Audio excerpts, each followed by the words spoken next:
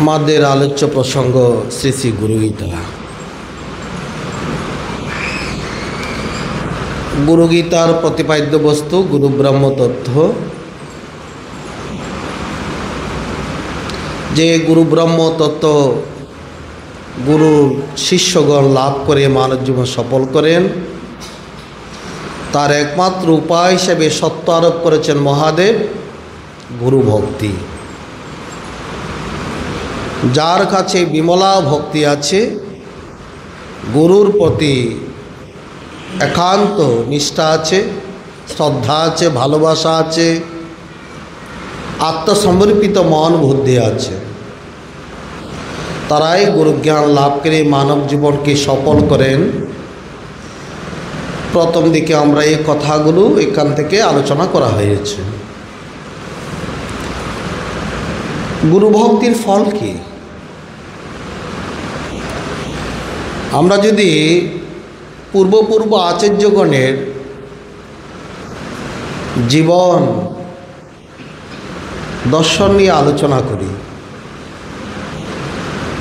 সেরূপ মহান আচার্য শঙ্করের অবতার আচার্য শঙ্কর, তার যেমন অটুট গুরুভক্তি ছিল, যে অটুট গুরুভক্তির প্রভাবে তিনি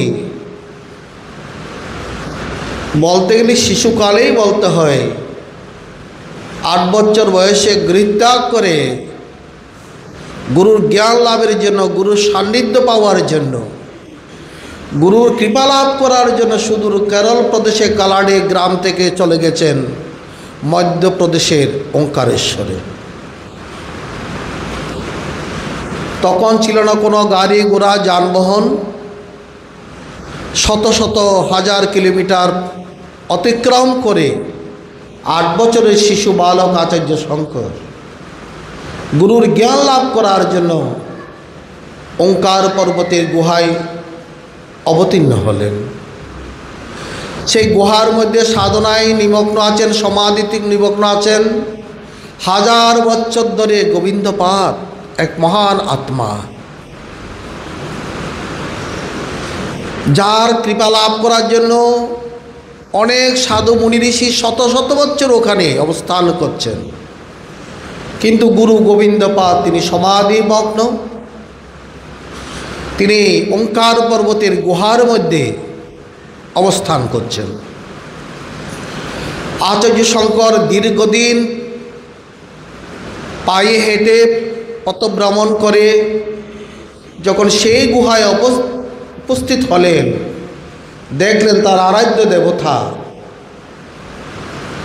সমাধিতে মগ্ন, অর্থাৎ যার বাহ্য জ্ঞান নেই, যিনি পরমাত্মার ভাবে নিজের আত্মাকে একত্রিত করে পরমানন্দে বিরাজ করছেন। এবং তিনি যদি জ্ঞান দান না করেন, মানব জীবন তো ব্যর্থ হয়ে যাবে। সেখানেই আচার্য শঙ্কর ভক্তি করে প্রণামপূর্বক তার স্তুতি আরম্ভ করে দিলেন।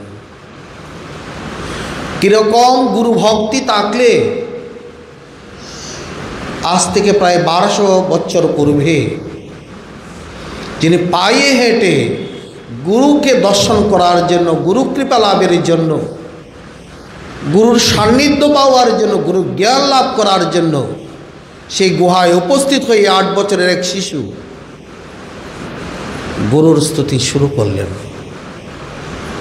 তার স্তুতিতে মুগ্ধ হয়েই অন্তরাত্মা গোবিন্দপাদের সমাধি থেকে বুদ্ধিত করালেন, অর্থাৎ গোবিন্দপাদ তার সমাধি অবস্থা থেকে জাগ্রত অবস্থায় ফিরে আসলেন। কীরকম গুরুভক্তি থাকলে, যার জন্য 1000 বছর ধরে অপেক্ষা করছেন গোবিন্দপাদ, কখন সেই শিশু বালক আমার কাছে আসবে, তাকেই গুরুতত্ত্ব প্রদান করে আমি অন্তর্লীন হয়ে যাব, সেই দিনের অপেক্ষায় ছিলেন গুরু গোবিন্দপাদ। এই গোবিন্দপাদের গুরুদেব ছিলেন গৌরপাদ, গৌরপাদের শিষ্য গোবিন্দপাদ, গোবিন্দপাদের শিষ্য শঙ্করের অবতার আচার্য শঙ্কর, আদি শঙ্করাচার্য। তার এক শিষ্যের নাম ছিল দক্ষিণ ভারতের এক ব্রাহ্মণ বালক গিরি। এটা গুরুভক্তির ফল বর্ণনা করছে। গিরি লেখাপড়া জানতো না, গুরুদেবের চরণ আশ্রয় করে অবস্থান করছেন গুরুদেবের সঙ্গে সঙ্গে কুটিরে।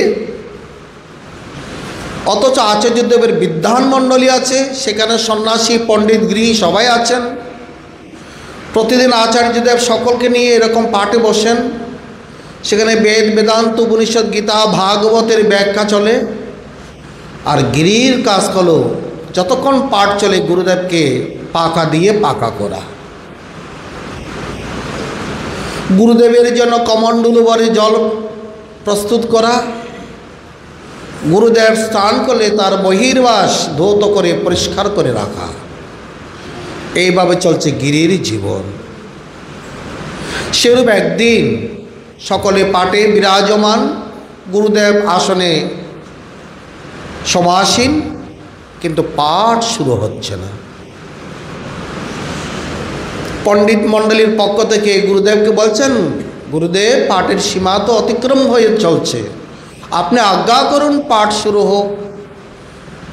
তখন আচার্যদেব আচার্য শঙ্কর তিনি বলছে, কই গিরিকে তো দেখছি না। তখন পরস্পরের মধ্যে শিষ্যমণ্ডলীর মধ্যে পরস্পরের মধ্যে চোখ দেখাদেখিতে আলোচনা করছিল, গিরি তো নিরক্ষর, আমাদের পাঠের মর্ম গিরি কি বুঝবে? শাস্ত্রের কঠিন সিদ্ধান্ত বেদ বেদান্ত উপনিষদের কথা মহামহা পণ্ডিতগণ যে তত্ত্ব অধিগম করতে যুগ যুগ চলে যায়, গিরি নিরক্ষর হইয়ে এই পাঠের মর্ম কি বুঝবে? তার জন্য গুরুদেবের কেন তা অপেক্ষা? একজন সাহস করে বললেন, গুরুদেব গিরি এইসব কি বুঝবে? গিরি তো লেখাপড়া জানে না। আচার্যদেব তার দিকে একটু দিকপ্রাত করলেন আর শুধু এটুকুই বললেন, দেখো গিরি লেখাপড়া জানে না বটে, শ্রদ্ধার সহিত শ্রবণ করে, শ্রদ্ধার সহিত শ্রবণ করে। তখন গিরি খুব তাড়াতাড়ি গুরুদেবের স্নানের বস্ত্র ধৌত করে কমণ্ডলে জল নিয়ে খুব তাড়াতাড়ি দ্রুত চলে আসলেন, কাপড় শুকাতে দিলেন, কমণ্ডলু কুটিরে রাখলেন, হাতে পাখা নিয়ে তাড়াতাড়ি পাটের আসর গুরুদেবকে প্রণাম করে পাকা করতে শুরু করলেন। আচার্যদেব আচার্য শঙ্কর বললেন, গিরি তুই তো এতদিন আমার কাছে দাঁড়িয়ে দাঁড়িয়ে আমরা যে পাঠগুলো করছি, গীতা উপনিষদ ভাগবত ব্রহ্মতত্ত্ব, তুই কি কিছু বুঝিস না? যদি কিছু বুঝে থাকিস একটু বল এখানে। গিরিয়াস লজ্জিত। সকলে যারা শক্তিমণ্ডলী পণ্ডিত মণ্ডলী সন্ন্যাসী মণ্ডলী আছেন, তারা পরস্পর দিকে দেখাদেখি করে বুঝবে গুরুদেব যার জন্য এতক্ষণ অপেক্ষা করছেন তার মূর্খতা এবার প্রকাশ পাবে। তারা ভাবছেন এটা। আর গুরুদেব তাকে বলছেন, গিরি আমাদের ভাষাতেই বলতে হবে না, তোর ভাষাতেই তুই যেটুকু বুঝেছিস এতদিন দাঁড়িয়ে দাঁড়িয়ে সেটুকু তুই বল, তোর ভাষাতে বল, যা, তোকে স্বাধীনতা দিলাম। গিরি গুরুদেবকে প্রণাম করে এক নতুন অভিনব ছন্দে এতদিন যাবৎ যা পাঠ হলো বেদ বেদান্ত উপনিষদ ভাগবত, তার সারমর্ম ছন্দে ছন্দে পরিষ্কৃত সংস্কৃত ভাষায়, বিশুদ্ধ সংস্কৃত ভাষায় অনর্গল শুরু করে দিল। সেই স্তোত্রটির নাম হলো শঙ্কর দেশিক। বর্তমান শিষ্যদের সন্ন্যাসীদের কাছে এক প্রসিদ্ধ স্তোত্র আচার্যদেবের, শঙ্কর দেশিক। সকলেই তখন হতভম্ব হয়ে গেল। এই যেন মুখের মুখ দিয়ে যেন অর্থাৎ বোবা যেন আজ কথা বলছেন। এ হচ্ছে গুরু ভক্তির ফল। গুরুকে ভক্তি করতে বিশেষ লেখাপড়ার প্রয়োজন নেই, প্রয়োজন সরল মনে, অকপট মনে, গুরুকে ভালোবাসা, গুরুকে ভক্তি করা, যে কথাটাই মহাদেব প্রথমে বলছেন, যস্য দেবে পরা ভক্তি যথা দেবে তথা গুরু। মাতা পার্বতীর প্রশ্নের উত্তরেই মহাদেব প্রথমে বলে দিলেন, বলছেন না এটা করো ওইটা করো, এটা করলে তোমার গুরুজ্ঞান লাভ হবে। মহাদেব বলছেন পার্বতীকে, প্রথমে হলো গুরুদেবের প্রতি পরাভক্তি। এই পরাভক্তি যার অন্তরে বিরাজমান, গুরু জ্ঞান, গুরু তত্ত্ব, শাস্ত্রের সার তত্ত্ব তার মধ্যে অধিগম হয়ে যায়। সে আক্ষরিক অর্থে নিরক্ষর হলো, সেই তখন হয়ে যায় মহাভাগবত। সে তখন এক সফলকাম শিষ্য। এ হলো গুরু ভক্তির ফল। আমাদের শাস্ত্রের পাতায়, পুরাণের পাতায় পাতায় এই গুরু ভক্তির ফল বর্ণনা আছে।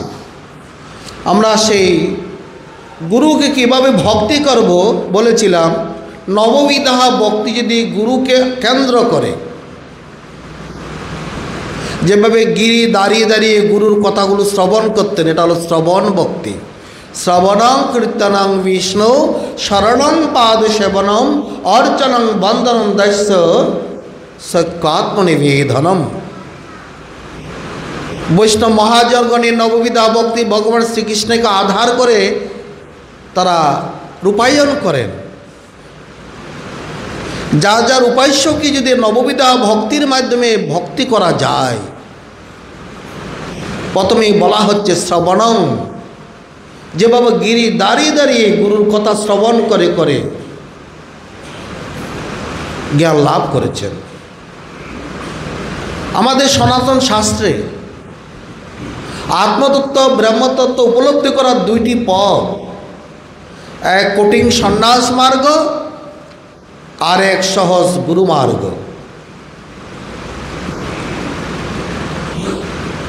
মহাত্মারা এই পথকে খুব সুন্দর দৃষ্টান্ত দিয়ে বুঝিয়েছেন। বলছে একটা পিপিলিকা মার্গ, একটা শুক মার্গ। বলে কীরকম? পিপিলিকা যেমন চলতে একদম চলতে চলতে চলতে চলতে গাছের গোড়া থেকে উপরের দিকে উঠে কাকের টক্কর খাওয়া কোনো সুমিষ্ট আম্রফল কিংবা অন্য ফলের মধ্যে উঠে যখন সেটাকে সুন্দর করে কি করে ভক্ষণ করে, ধাপে ধাপে ধাপে ধাপে গাছের গোড়া থেকে তাকে আস্তে আস্তে উঠতে হয়। একটা কাণ্ড পার করলো, আরেকটা কাণ্ড পার করলো, শাখাতে গেল, পল্লবে গেল, ফলে গেল, তারপর সেটা ভক্ষণ করলো। পিপিলিকা মার্গ, পিপিলিকা যেভাবে চলে চলে তার লক্ষ্যে পৌঁছে যায়। আর শুক মার্গ কারা? এরকম যাদের দৈবক্রমে গুরুভক্তি হয়, গুরুর কথা শোনা মাত্র তাদের ব্রহ্মজ্ঞান হয়ে যায়। যেরকম সুখদেবের মাতৃদ্রব্যে ব্রহ্মজ্ঞান হয়েছিল। ব্যাসদেবের পুত্র সুখদেব মাতৃ জঠরে 16 বছর পর্যন্ত ছিল। তিনি সেখানে এমন গুরুজ্ঞান আত্মজ্ঞান লাভ করেছেন, তিনি সেখানে থেকে জানতে পেরেছেন এই সংসার মায়াময়, আমি আর সংসারে আসব না। সংসারে আসলেই তো সংসার আমাকে আকর্ষণ করবে, সংসারে মায়া আমাকে আকর্ষণ করবে, সংসারে মোহ আমাকে আসক্ত করবে, না আমি আর সংসারে আসব না। কিন্তু মাতৃ জঠর কি সারা জীবন থাকা যায়? মায়ের তো কষ্ট হয়। তখন ব্যাসদেব তাকে বললেন, দেখো পুত্র, আমি এক মুহূর্তের জন্য সংসার থেকে মায়াকে সরিয়ে দেব, ওই মতো তুমি জন্মগ্রহণ করো। জন্মগ্রহণ করা মাত্র তিনি ঘর বাড়ি পিতা পুত্র সবকে ছেড়ে চলে গেলেন। তার তো মায়া লাগেনি, মাকে আদর করবে, বাবাকে আদর করবে, বাবা পিছন থেকে হে পুত্র ডাকছেন, পুত্র পুত্র পুত্র।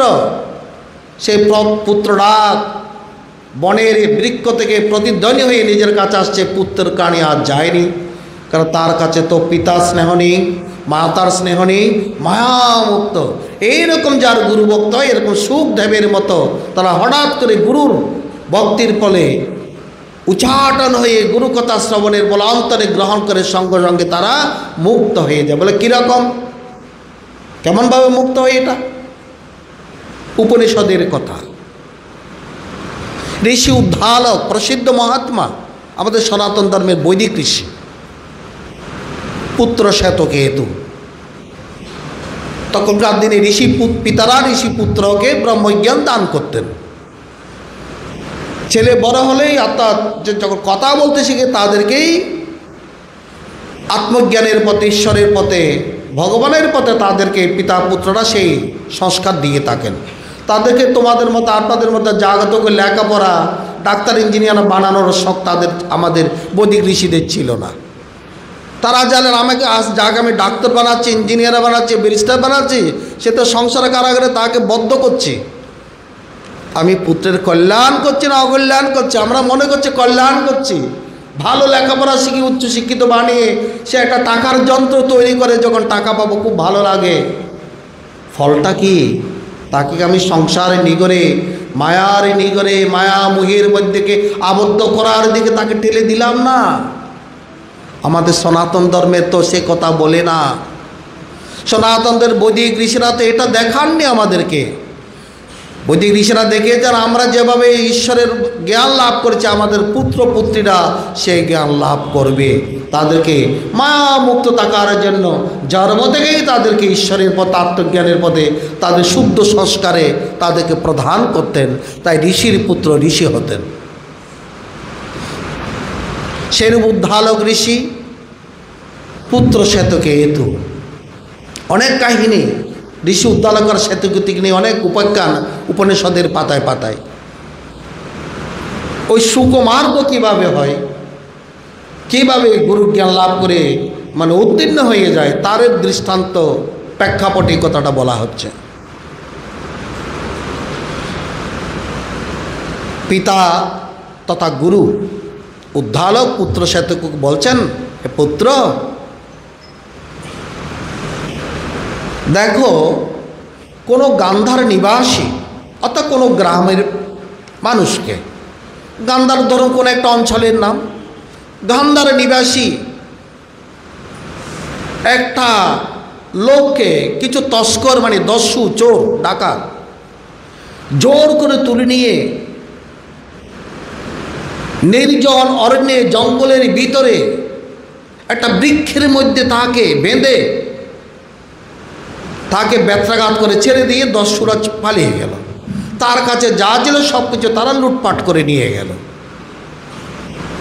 তখন সেই বৃক্ষে বাঁধা প্রতীক গান্ধার নিবাসী সেই মানব সেখানে চিৎকার করছে, কে আছে কোথায়, আমাকে উদ্ধার করো, আমাকে ডাকাতেরা বেঁধে রেখেছে, আমার ক্ষুধা তৃষ্ণায় প্রাণ যায় যায়, আমি চটপট করছি, কে আছে? নির্জন অরণ্যে কে কার কথা শুনে? সেখানে তো জনকোলাহল নেই, মানুষের আনাগোনা নেই, সেখানে পথচারী নেই, কার কথা কে শুনবে? এভাবে সে ওখানে রোধন করছে, আর্তনাদ করছে। তার আর্তনাদ ঈশ্বরের কাছে পৌঁছে গেল। বনের মধ্যে যখন যেরূপ জীবজন্তু থাকে, প্রাচীনকালে বনের মধ্যে গুপ্ত সাধু সন্ন্যাসীরাও তপস্যা করতেন। সেরকম এক তাপসের মনে, তপস্বীর মনে ওই ব্যক্তির কান্নার শব্দ পৌঁছল। তখন সে তাড়াতাড়ি তাকে গিয়ে সে বৃক্ষ থেকে তাকে বাঁধন ছেড়ে দিয়ে জিজ্ঞেস করলো, তোমার গ্রাম কোথায়, বাড়ি কোথায়, কোন দিকে তোমার গ্রাম, চলো তোমাকে সেখানে আমি দিয়ে আসি। তখন তাকে সেখানে গিয়ে তার বাড়িতে তাকে পৌঁছে দিল। বলে, এখান থেকে তুমি আর যাবে না, আমি তোমাকে একটা লক্ষণ টাকা দিচ্ছি, এ টাকার বাইরে তুমি যাবে না, তস্কররা তোমাকে আর কিছু করতে পারবে না। তখন ঋষি উদ্দালক পুত্র শ্বেতকেতুকে বলছেন, হে পুত্র, সে গান্ধার নিবাসী মানব হলেন আমরা জগৎবাসী সকল।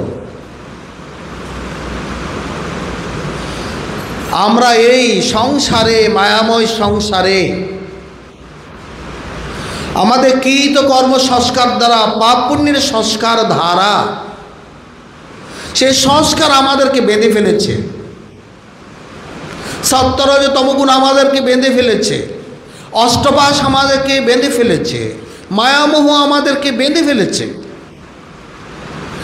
আর সে বন্ধন স্বীকার করে নিয়ে এ রক্ত মাংস মেদ মজ্জা পুরিশ মূত্রযুক্ত এই শরীরের মধ্যে তাদের যন্ত্রণায় চটপট করতে করতে আমি কান্না করছে, কে আছে কে আছে, এই দেহনিগর থেকে আমাকে রক্ষা করো।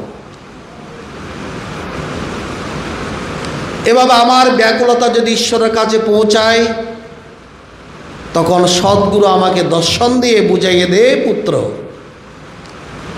এই দেহ তো তুমি নাও, কেন তুমি রোধন করো? এতদিন পাপ পুণ্যের সংস্কার, তুমি মন্দ কর্ম করেছ, শুভ কর্ম করেছ, পাপ পুণ্য হয়েছে, তার সংস্কার তোমাকে বেঁধেছে। এখন তুমি মন্দ কর্ম পাপ পুণ্য কর্ম দুটি ত্যাগ করে তুমি নিষ্কাম কর্মের সাধনা করো। আর নিরন্তর তুমি ভাবো, এই অস্থি মজ্জা মেদ মাংস রক্তযুক্ত শরীর তুমি নাও, তোমার এই দেহের মধ্যে যিনি বাস করছেন তুমি সেই। আমরা একটা মন্দিরকে কখন মন্দির বলি? যদি মন্দিরের দেবতা থাকে। এটা 10টা ঘরের সঙ্গে মন্দিরের কি তফাৎ, তাই না? এটা একটা গৃহ হয়ে যেত, দেবতা আছে বলে এটা মন্দির। এই মানব দেহের মধ্যে আত্মা আছে বলেই তো দেহটার মূল্য। আত্মাটা না থাকলে দেহটার কোনো মূল্য আছে? যেমন দেবতা না থাকলে মন্দির একটা সাধারণ বাড়ি হয়ে যায়। বলে হেই পুত্র, সেই রকম তুমি আত্মা। গুরু যখন তাকে সেই কথা বলে, তখন সেই আত্মার মধ্যে মনকে কি করে? মন দিয়ে দেয়। আজকে একটা সাধু ভাণ্ডারে ভালো কথা শুনলাম, মহাত্মারা বলছে এখন আমরা মন্দিরে কেন যাই? মন্দিরে যাই মন দিবার জন্য। খেয়াল করুন কথাটা, মন্দিরে এসে ওই 10 দুনিয়ার কথাগুলো এখানে বলার জন্য না। মন্দিরে যে দেবতা আছে, বিগ্রহ আছে, তাকে মন দিবার জন্য, যেটাকে গীতায় ভগবান বলছে মন মনা, মন আমাকে দিয়ে দাও। যে মন দিতে পারে ভগবানকে, নিজের গুরুকে, সেই তো মুক্ত হতে পারে। মন যদি দিতে না পারে সে মুক্ত হবে কি করে?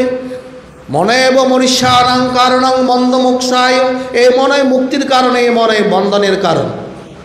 এবারে সে মন্দিরে এসে কি মন দেবেন নাকি মনের বিপরীত স্রোতে ওই বিষয় কথা যেগুলো দ্বারা মনকে বন্ধন করবে সে কথাগুলো শুনবেন? মন্দিরে কেন যায়? মন দান করার জন্য, মনটাকে দিবার জন্য। যে মন সংসারের মধ্যে সবাইকে দেখলে, স্ত্রী দেখলে একরকম ভাবনা, পুত্র দেখলে একরকম ভাবনা, বিষয় দেখলে একরকম ভাবনা, সে ভাবনা থেকে মুক্ত হওয়ার জন্য আমার মনটাকে ভগবানের মন্দিরে বিগ্রহের মধ্যে নিবেদন করব। তুমি তাকেই চিন্তন করো, অন্য কিছু চিন্তা করিও না। গুরুর আজ্ঞাং প্রকুরভেদ গুরুর অন্যং ন ভাবয়েৎ। তুমি যখন গুরু শিষ্য হয়েছ, গুরুর আজ্ঞা পালন করো, গুরু ব্যতীত অন্য কিছু ভাবিও না। বলে মন শূন্য রেখো না, আর গুরু গোবিন্দ বই ভাবিও না। এটা বলছেন মহানামব্রত ব্রহ্মচারী। মনটাকে খালি রেখো না, আর গুরু গোবিন্দ ব্যতীত অন্য ভাবিও না। গুরু গোবিন্দ, যিনি গুরু তিনিই গোবিন্দ, তাকেই তুমি ভাবনা করো। তস্মা সর্বেষু কালেষু মাম অনুস্মরয়ধ্য। গীতায় বারবার এই কথা বলছেন, তুমি আমাকে স্মরণ করো।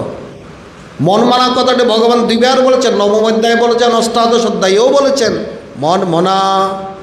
আমি যদি ভগবানকে মন দিতে না পারি, তার মনের সঙ্গে যদি আমার মন মিলাতে না পারি, তার কৃপা আমার মধ্যে আসবে কি করে? আমার মন রিসিভ করবে কি করে, গ্রহণ করবে কি করে? ওই মন। তখন ঋষি উদ্দালক পুত্র সাহিত্যকে বলছেন, দেখো কোনো শুভ লক্ষণে মহেন্দ্রক্রণে যে তোমার মন গুরুকে দিতে পারো, সুখপক্ষীর মতো, সুখদেবের মতো গুরু জ্ঞান লাভ করে তোমার জীবন সফল হয়ে যাবে।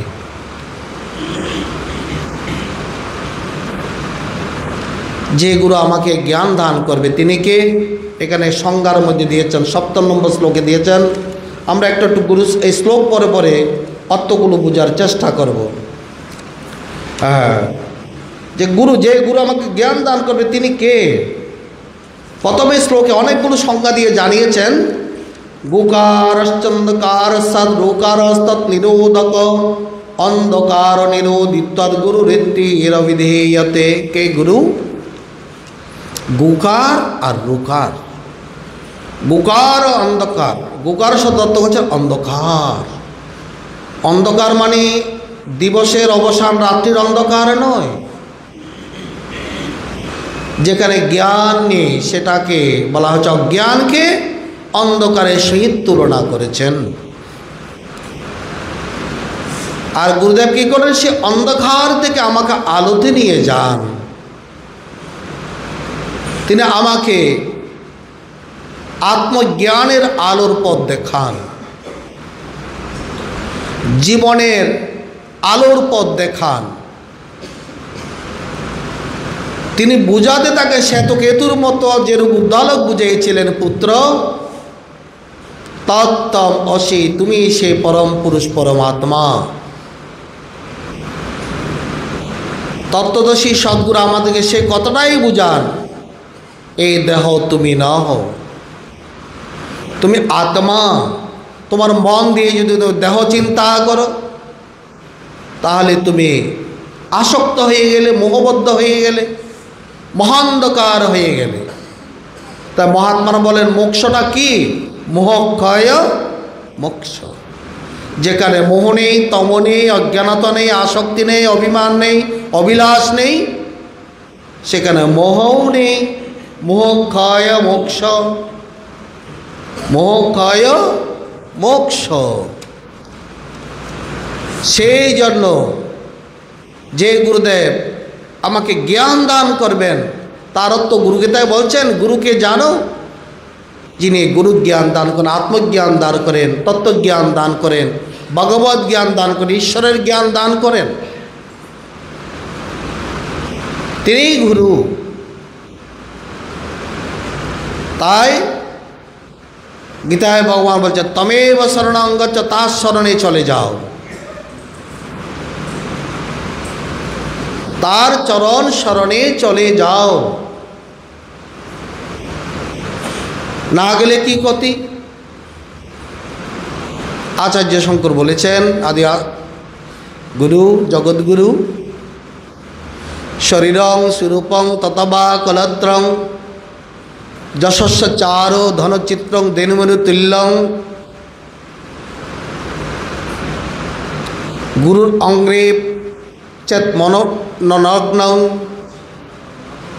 তত কিম তত কিম তত কিম তত কিম। বলছে শরীরং স্বরূপং তথা বা কলত্র। তুমি সুন্দর শরীর লাভ করেছ, স্ত্রীর পুত্র লাভ করেছ, কলত্র মানে স্ত্রী। তোমার একেবারে পর্বত সমান ধন হয়েছে, অনেক ধন হয়েছে, যশ হয়েছে। গুরুর অঙ্গ্রি গুরু পাদ পদ্মে মন যদি লগ্ন না হলো, মনশ্চ ন লগ্নম, তোমার মন যদি গুরুপদে না থাকে, তত কিম তত কিম তত কিম তত কিম, চারবার বলেছেন। ঠিক আছে, তুমি যে স্ত্রী পুত্র ধন দৌলত নিয়ে জাগ্রত অবস্থায় সুখ লাভ করছো, তুমি যদি রাত্রি ওই জাগ্রত অবস্থা যদি ঘুমের ঘোরে স্বপ্নে থাকো, স্বপ্নের মধ্যে কি জাগ্রতের সুখগুলো লাভ করা যায়? স্বপ্নের মধ্যে দেখাচ্ছে আমাকে দৌড়াচ্ছে হাতি, পাকলা হাতি আমাকে দৌড়াচ্ছে, আমি রাজা, অর্থাৎ আপনি স্বপ্ন দেখছে একটা পাগলা হাতি আমাকে দৌড়াচ্ছে, বালিশের তলায় আশেপাশে আমার ক্রিশ অস্ত্র দেখছি, অস্ত্র নাই। আরে আমি রাজা, আমাকে দৌড়াচ্ছে পাগলা হাতি, আমার সিপাহীরা কোথায়? স্বপ্নের মধ্যে কোনো সিপাহী নাই, কোনো প্রহরী নাই, কোনো অস্ত্র শস্ত্র নাই, পাগলা হাতিকে যুদ্ধের সঙ্গে যুদ্ধ করবে, দৌড়াচ্ছে। তাহলে জাগ্রতে রাজার যে সুখ স্বপ্নে আছে? বলে তত কিং, তোমার জাগ্রতের সুখ কি স্বপ্নে আছে?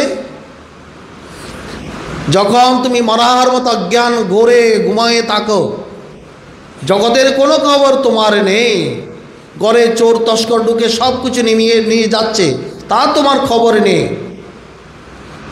তখন তোমার এই জাগ্রত অবস্থার সুখ কি তোমার ওই তমসার গড়ে, যেটাকে শাস্ত্রের ভাষা বলা সুষুপ্তি, সেখানে কি তোমার কিছু করণীয় আছে? নেই। আচ্ছা ঠিক আছে, এ হলো তো তুমি বেশ ভালো সুখে আছো, এই সুখগুলোকে তুমি পরকালে চলে গেলে পাবে। যখন তুমি মৃত্যুবরণ করবে, তোমার হাতে এখন লাখ লাখ টাকা আছে, যা খুশি তাই না, তুমি খেতে পারো, ঘুরতে পারো, কি লাভ? একটা মানুষ হচ্ছে একটা হাতির খোরাক দিনে কয়েকশো গুণ বেশি, সে তো চিন্তা করে না, ব্যাংক ব্যালেন্স করে না, সে তো বাজারঘাট করে না, তার কোনো চিন্তা নেই, ভগবান তার আহার জোটাচ্ছে, হাতির আহার। আর মানুষ কি করছে? মানুষ বুদ্ধিমান হয়ে হাতের চেয়ে অদম হয়ে গেছে, নিজের ব্যাংক ব্যালেন্স নিজে জোটাচ্ছে, কি খাবো ভবিষ্যতে। শুধু আমি খাবো তা নয়, আমার ছেলে কি খাবে, আমার নাতি কী হবে, আমার সদ্য পুরুষ কী খাবে, অনাবশ্যক চিন্তা নিয়ে, দুঃখ নিয়ে জীবন যাপন করছে না। একটা গল্প বলেছিলাম না, দুঃখের কারণ কি? অনাবশ্যক চিন্তা। এখানে বলেছিলাম দুঃখের কারণ কি। রাজা চিন্তা করছেন, তিনি বিষণ্ণ বদনে বিছানায় শুয়ে শুয়ে তাকে রানী জিজ্ঞেস করছেন, হে রাজন, আমাদের কিসের দুঃখ? আপনি এরকম বিরস বদনে থাকেন কেন? আমাদের কত ধন দৌলত, টাকা পয়সা, সম্মান, যশ, খ্যাতি, আমাদের যা ধন আছে, আমার অনেক পুরুষ খেয়ে থাকতে পারে। রানীকে রাজা বলছেন, রানী, আমি চিন্তা করলাম, আমার যা ধন সম্পত্তি আছে, আমার চতুর্থ পুরুষ পর্যন্ত খেতে পারবে, কিছু না করে পঞ্চম পুরুষ কি খাবে তার চিন্তায় এখন আমার ঘুম হচ্ছে না। বলে এই সমস্যার কি সমাধান করবে? চলো গুরুদেবের কাছে যাই, গুরুদেবের সমস্যার সমাধান দিতে পারবে। পঞ্চপুরুষের আহার কিভাবে আমরা ব্যালেন্স করব। অত টাকা ব্যাংকে রাখতে গেলে ইনকাম ট্যাক্স থেকে আসবে নোটিশ, ওখানেও রাখা যাচ্ছে না। গুরুদেবের কাছে গেলেন রাজরানী দুইজন, তারা অনেক উপঢৌকন নিয়ে গেলেন, ফল টল, একেবারে 2-4 দিন গুরুর বাড়িতে একেবারে খাবারের অভাব হবে না সেরকম করে নিয়ে গেলেন। গুরুদেব তখন সব শিষ্যদের নিয়ে কথাবার্তা বলছেন, জ্ঞান উপদেশ করছেন। তারা গিয়ে সেখানে এগুলো প্রেজেন্ট করলেন। গুরুদেব জিজ্ঞেস করছেন, তোমরা কুশলে আছো? হ্যাঁ কুশলে আছি, তবে আমাদের একটা মনের দুঃখও আছে। বলে ঠিক আছে, তো তোমরা এসব কী এনেছো? বলে গুরুদেব আপনাদের গুরুদেবের আপনাদের সেবার জন্য এখানে সাধু সন্ত সবাই আছে, তাদের জন্য কিছু। তখন গুরুদেব একজন শিষ্যকে বললেন, দেখো তো ঘরের ভিতরে গিয়ে দেখো, কুটিরে গিয়ে দেখো, আজকের মতো রান্নার আমাদের সরঞ্জাম আছে কি না। তখন ভিতর থেকে শিষ্য এসে বললেন, গুরুদেব আজকের মতো আমাদের পর্যাপ্ত আছে। তখন গুরুদেব বললেন, তোমাদের তোমরা নিয়ে যাও। তখনকার গুরুদেব বলতে, আমরা হলে নেব না, রাখেন রাখেন, আমাদের কালকে লাগবে। এবার রাজা বলছে রানীকে, রানী চলো এবার চলে যাই। বলে আপনার কথা বলবেন না? বলে আমি উত্তর পেয়ে গেছি। বলে কি উত্তর? বলে গুরুদেব একবেলার আহার আছে, রাত্রিবেলা কী খাবে, ঈশ্বর যোগাবে, কালকে ঈশ্বর যোগাবে চিন্তা করছেন, আর আমি আমার 4 পুরুষ খেতে পারবে, 5 পুরুষের জন্য কেন চিন্তা করব? এই অনাবশ্যক চিন্তায় তো আমার বর্তমান সুখকে নস্যাৎ করে দিচ্ছে। আমার যে বর্তমান সুখ, আমি যে সকলকে নিয়ে বর্তমানে একটু সুখে থাকবো, আমার ভবিষ্যৎ চিন্তা আমাকে নষ্ট করে দিচ্ছেন। তা মহাত্মারা বলেন, যাহা অতীত হয়েছে অতীত চিন্তা করো না, যাহা ভবিষ্যৎ তাহা ঈশ্বরের হাতে।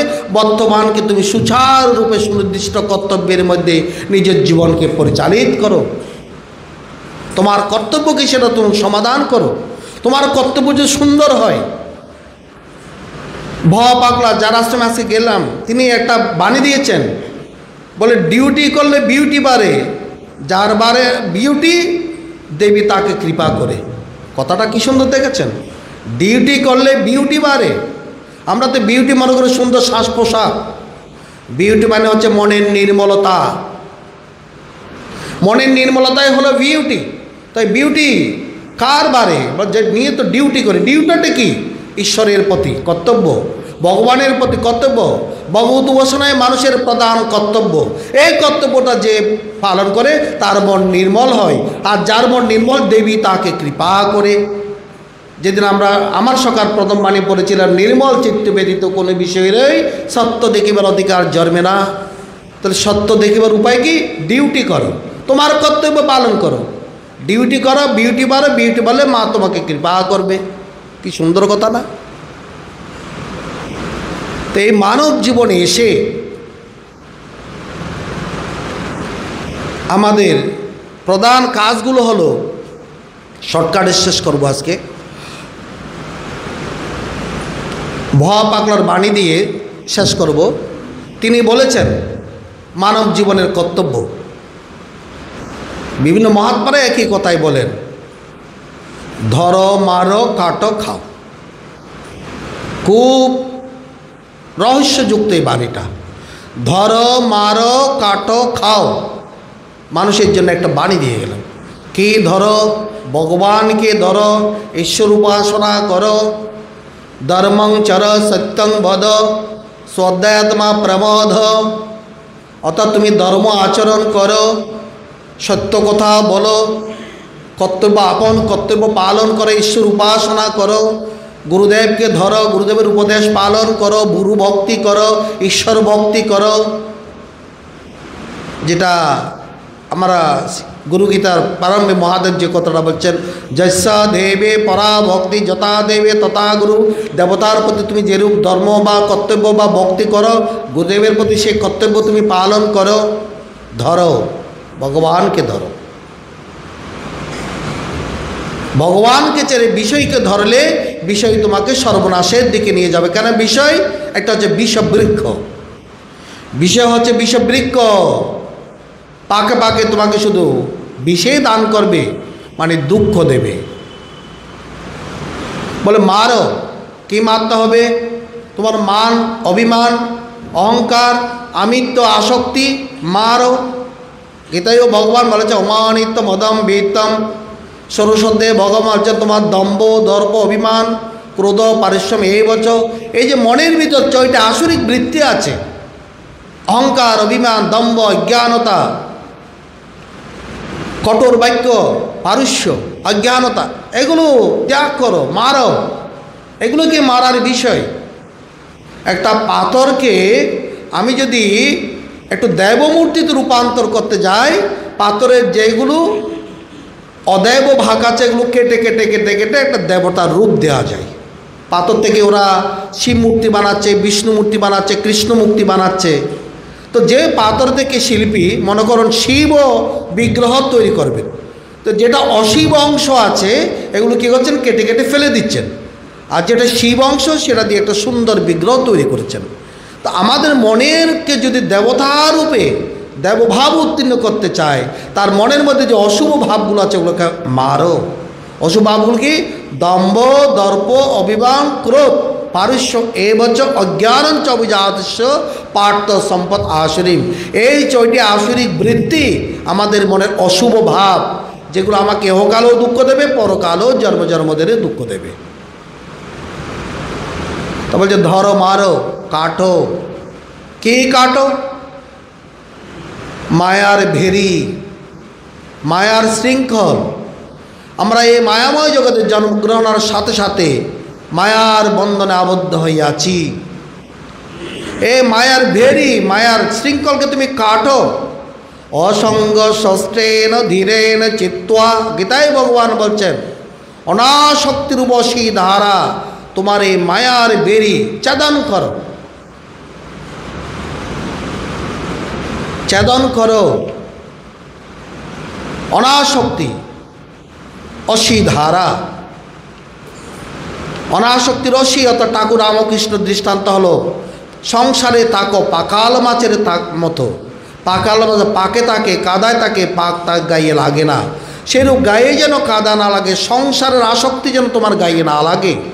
অনাসক্তভাবে তুমি সংসারে অবস্থান করো। সংসারে কাম, ক্রোধ, লোভের আবিলতা যেন তোমাকে স্পর্শ না করে। তোমরা মনের মধ্যে যেন সৎসঙ্গ থাকে সর্বক্ষণ। তাই মহাত্মারা বলছেন সত্যস্য সাত্মন সঙ্গ সত্যস্য পরমাত্মন সত্যস্য চ গুরু সঙ্গ সৎশাস্ত্রাণং ততএব চ। নিরন্তর মনকে আত্মার সঙ্গ করাও, পরমাত্মার সঙ্গ করাও, সদ্গুরুর সঙ্গ করাও, সৎশাস্ত্রের সঙ্গ করাও, তোমার মান স্বচ্ছ হয়ে যাবে, তুমি সুখেই জীবন যাপন করতে পারবে। এইগুলো যদি না থাকে মন কাম ক্রোধের আবিলতায় ভরপুর হয়ে থাকবে। সুতরাং এই মায়ার বেরিকে কাটতে হলে আমাকে সত্যস্বরূপ আত্মার সঙ্গ, সত্যস্বরূপ পরমাত্মার সঙ্গ, সত্যস্বরূপ গুরুদেবের সঙ্গ, সত্যস্বরূপ সদ্গ্রন্থের সঙ্গ, সৎশাস্ত্রের সঙ্গ আমাকে করতে হবে। এগুলো যদি করতে পারে, এবার ভোয়া পাকলা বলছেন খাও। কি খাও? মধুরস পান করো। মানব জীবনে এসেছে মধুরস পান করতে। ভগবান মধুস্বরূপ, অনন্ত আনন্দ স্বরূপ, ব্রহ্মানন্দং পরম সুখদম। প্রতিদিনেই বলছি প্রকৃত আনন্দ ব্রহ্মানন্দ, যিনি পরম সুখ আমাদেরকে দান করে। আমরা ব্রহ্মানন্দের সন্ধান না করে বিষয় আনন্দের সন্ধান করছি। সেই বিষয় আনন্দ আমাকে আনন্দও পাচ্ছি, দুঃখও পাচ্ছি। গীতায় ভগবান আমাদের চেতনা সম্পাদনের জন্য বলছেন, বিষয়েতে সুখ যাহা দুঃখের কারণ তাহা, হয়ে যায় তাকে না সে সব, তাই জানি জ্ঞানীজন তাতে নেই রতন, ক্ষণস্থায়ী বিষয় ভৈভব। মুনিঋষিরা সেদিকে তাকান না, তারা ব্রহ্মানন্দকে আস্বাদন করেন। ব্রহ্মানন্দই পরম সুখ, সেই পথে তারা পদযাত্রা শুরু করেন, তা সাধনা করেন। আমরা যদি গুরুদেবকে আশ্রয় করে নববিধা ভক্তির মাধ্যমে নিজের এই শ্রবণ আদি ভক্তির দ্বারা যদি গুরুদেবকে তুষ্ট করিতে পারি, আমরা সেই গুরুগত জ্ঞান, যেরূপ বলছেন জল পিপাসু মানুষ যথা কননং কন্ত্রেণ, অর্থাৎ যেরূপ জল পিপাসু মানুষ কনিত্রেণ মন শাবল দ্বারা, খন্তা দ্বারা এক জায়গায় জল কুদতে কুদতে কুদতে কুদতে স্বচ্ছ জল প্রাপ্ত হয়ে পান করে তৃপ্তি মিটান, সে গুরুগত প্রাণ যে ভক্ত গুরুভক্তির দ্বারা, গুরু শুশ্রূষার দ্বারা গুরুগত বিদ্যা লাভ করে তার জীবনকে সার্থক করতে পারেন। ওম তস্য জয় গুরু। ওম পূর্ণমদঃ পূর্ণমিদং পূর্ণাৎ পূর্ণমুদচ্যতে পূর্ণস্য পূর্ণমাদায় পূর্ণমেবাবশিষ্যতে। ওম শান্তি শান্তি শান্তি। জয় গুরু।